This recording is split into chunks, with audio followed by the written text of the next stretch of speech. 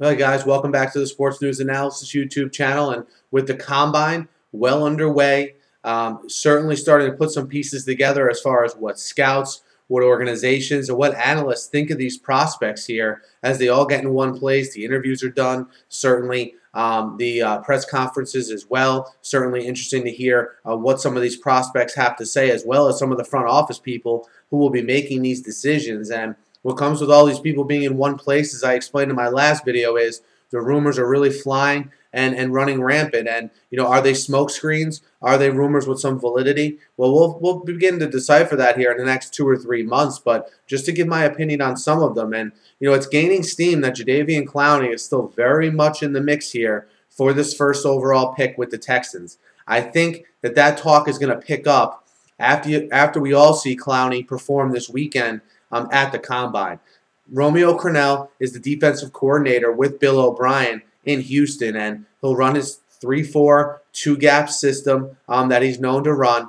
And it's being projected that Clowney would fit as an outside Sam linebacker in that scheme, a position he can certainly play, even though he was a down 4-3 defensive lineman at South Carolina. Because of his athletic attributes, because of his football acumen, which I think is underrated, I don't think he'll have any problem transitioning to that position.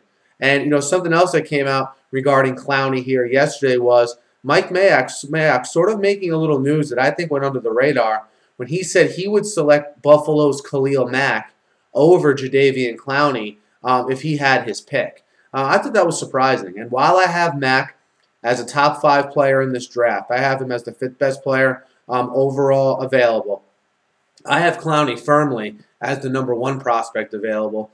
And I guess, the only thing that would be a knock on Mack for me is week in and week out, he didn't face the attention nor the level of play that Clowney did. And the fact that Clowney, I think, is a once-in-a-decade type, talent and guy with that kind of athletic ability. But I think Khalil Mack, has the talent to be a perennial Pro Bowler, and probably maybe even an all-pro player in the NFL. So when I say I'm not slighting Khalil Mack, I just think that high of Jadeveon Clowney. But I just thought it was pretty interesting that a guy of Mike Mayock's stature here in the draft world would go out on a limb like that and say he'd rather have Khalil Mack over Jadeveon Clowney. It would be interesting to see how the careers of those two pan out. And look, it all starts on draft day and getting that right fit with the right team.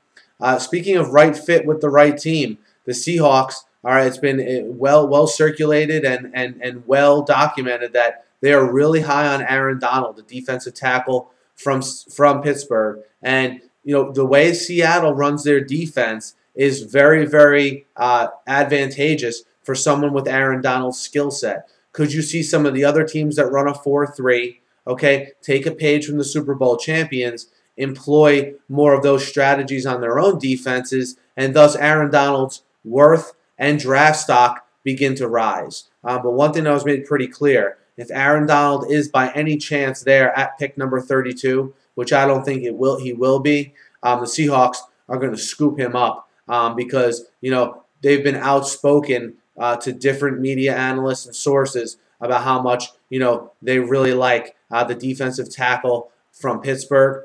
And, going from a position of defensive tackle to the offensive side of the ball and tight end. And I thought it was interesting something Bruce Arians said this yesterday during his press conference. He admitted full well he's more of an old school type guy. And that for him, tight ends block first and catch passes later. He pointed out Heath Miller, how he thinks Heath Miller might be the best overall tight end in the NFL because he's an excellent blocker, all right, and he catches 65, 70 passes a year. And I thought that was an interesting statement because it got me wondering, how many other coaches think like that?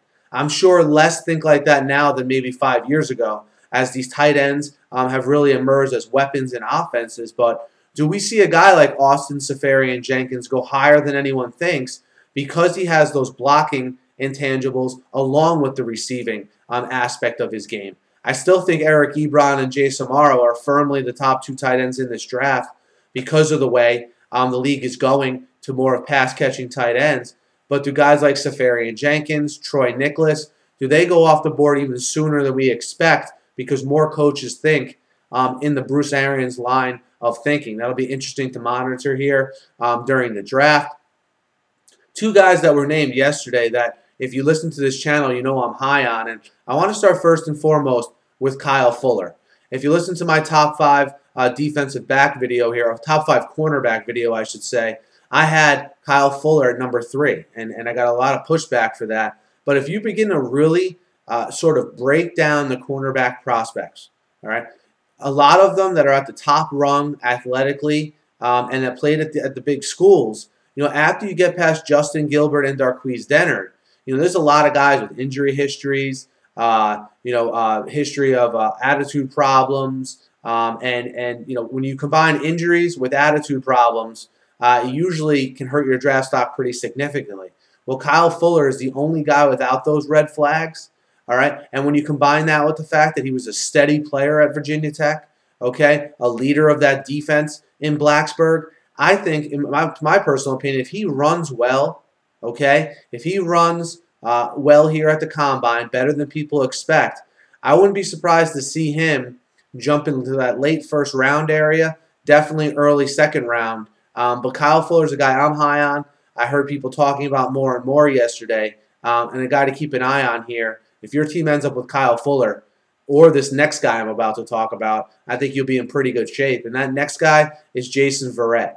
He was right outside my top 5 cornerback rankings because he's a nickel corner. And I tend to only put outside guys who can play in a base defense in my cornerback rankings. I think there's a little more of a value on those guys. But make no mistake about it, Jason Verrett is the top nickelback available in this draft. I don't think there's even a close second best. Nickelback is a very, very valued position in the NFL this day and age, whether it's in an off chance covering a tight end, covering the slot receiver, which a lot of teams in their base offense run a 3 wide receiver set. You can become very valuable as a nickelback. You need to be physical, okay? Something Jason Verrett is. He's not afraid to come up and make tackles. And he's a guy, I think, in the second round that a team is going to add. And he's going to be a difference maker in a secondary to bring them from average to good, good to very good, or very good to great. I think he could really be a solidifying part in a defense to really handle that slot position, for a defensive coordinator. But guys, these are some of the rumors that were circulating today and what I think of them.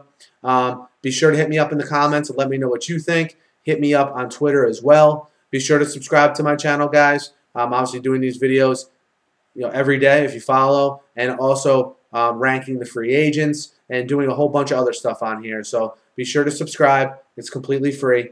Have a great day.